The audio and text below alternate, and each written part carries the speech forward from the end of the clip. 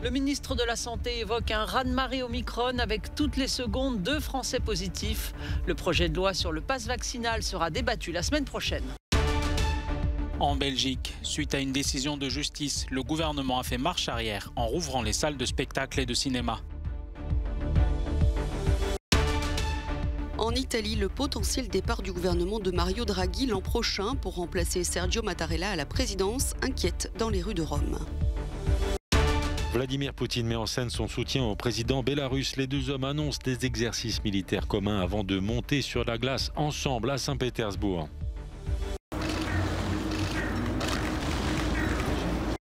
Des chiffres qui donnent le vertige. C'est ainsi qu'Olivier Véran, le ministre de la Santé, qualifie le raz-de-marée Omicron en France. 10% de la population française est cas contact, selon le ministre, qui présentait devant la commission des lois de l'Assemblée nationale son projet de loi visant à transformer le pass sanitaire en pass vaccinal. Les cas positifs ont dépassé la barre des 200 000 entre mardi et mercredi. Il y a 208 000 Français qui ont été diagnostiqués positifs au Covid au cours des 24 dernières heures. J'ai fait un rapide calcul avant de vous rejoindre. Ça veut dire que 24 heures sur 24, jour et nuit, toutes les secondes dans notre pays, plus de 2 Français sont diagnostiqués positifs au coronavirus. 5 millions de Français ne sont pas encore vaccinés, un sujet qui continue de diviser. Tout le monde devrait se faire vacciner. Ça ressemble comme 2 gouttes d'eau à une obligation vaccinale, quoi. Donc pourquoi prendre un chemin détourné autant avoir le courage politique d'annoncer, voilà, ça devient obligatoire. La devise de notre pays, c'est liberté, égalité, fraternité, comme on le connaît tous. Mais là où c'est quelle est la liberté ? Le texte sera discuté dans l'hémicycle à partir de lundi et au Sénat à partir de mercredi pour une entrée en vigueur prévue dès le 15 janvier. S'il est adopté, le test négatif ne sera plus alors un précieux sésame. En Belgique, les gens font de nouveau la queue devant les cinémas. Suite à la décision de justice, le gouvernement belge a fait marche arrière mercredi en rouvrant les salles de spectacle et de cinéma. Les autorités belges avaient décidé le 22 décembre la fermeture des salles pour lutter contre le variant Omicron. Mais cette décision était particulièrement critiquée par les exploitants de salles.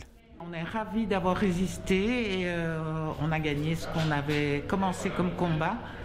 On a fait ça parce qu'on était complètement dégoûtés de se rendre compte qu'on avait tapé sur la culture et qu'on ne se sentait pas du tout mettre nos spectateurs en danger. Donc on est vraiment ravis de pouvoir réouvrir légalement.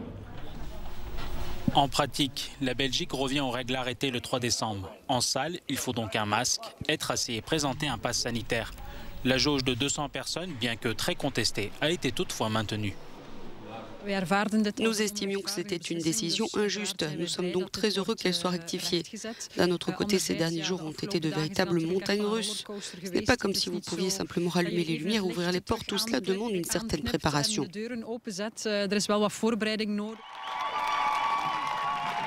Dimanche, plusieurs centaines de personnes travaillant dans le secteur de la culture avaient manifesté à Bruxelles pour réclamer le retrait d'une mesure jugée d'autant plus discriminatoire que dans le même temps, les restaurants et les cafés restaient ouverts.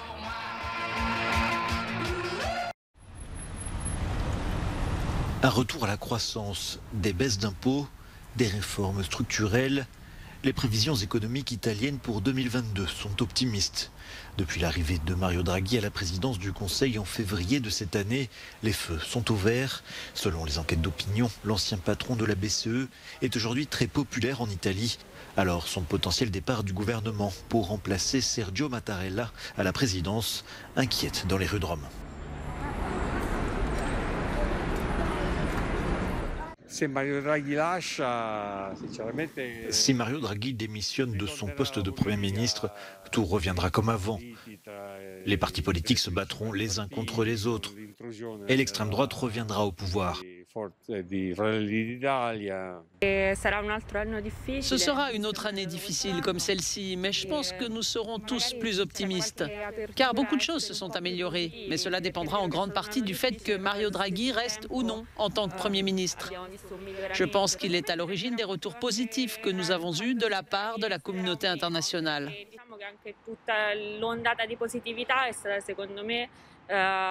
dovuta molto alla sua presenza. Credo che non sia mai iniziato.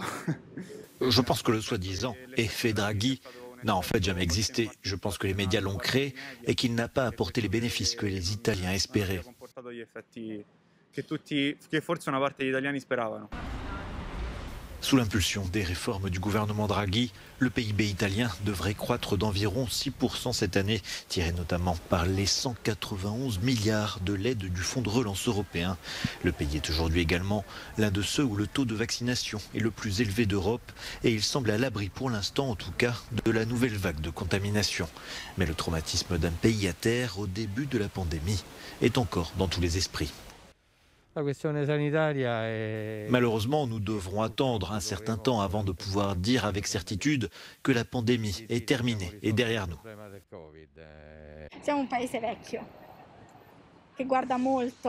Nous sommes un pays de personnes âgées. En Italie, l'accent est mis depuis trop longtemps sur elles. Je voudrais que les jeunes générations aient plus d'opportunités.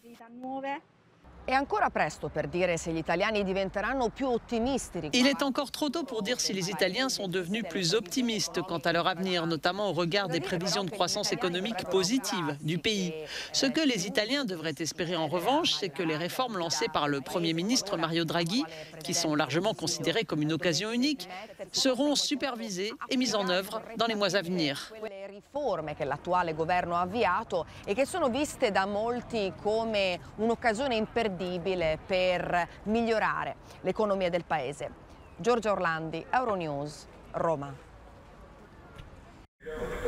La justice russe a ordonné la fermeture de toutes les structures liées à l'Organisation de défense des droits Mémorial. Non seulement celles qui se consacraient aux crimes soviétiques, mais aussi les branches qui recensaient les violations des droits de l'homme de la Russie contemporaine. Mémorial est condamné pour avoir enfreint la loi controversée sur les agents étrangers. Nous le répétons depuis le début, la loi sur les agents étrangers est illégale. Elle ne doit pas être amendée, mais abolie.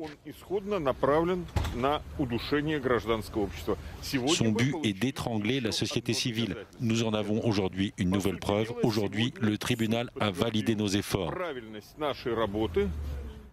La secrétaire d'État britannique aux Affaires étrangères parle d'un nouveau coup dur porté à la liberté d'expression en Russie et évoque le long travail de Mémorial sur les crimes de l'URSS contre son peuple.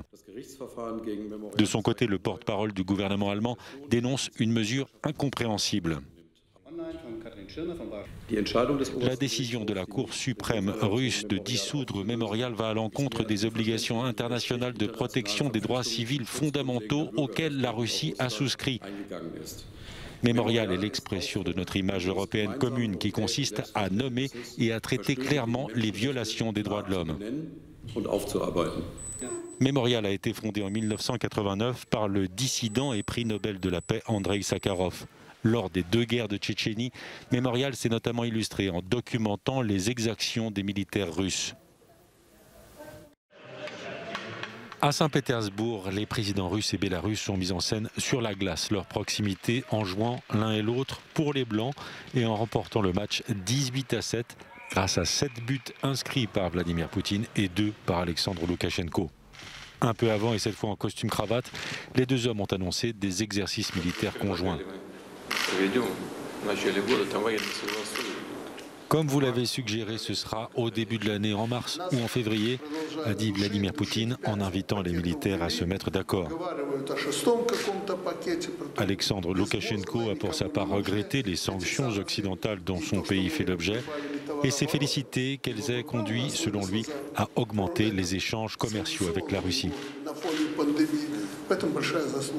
L'annonce des exercices militaires conjoints entre la Russie et le Bélarus intervient alors que l'Occident s'inquiète des dizaines de milliers de soldats russes massés sur la frontière est de l'Ukraine.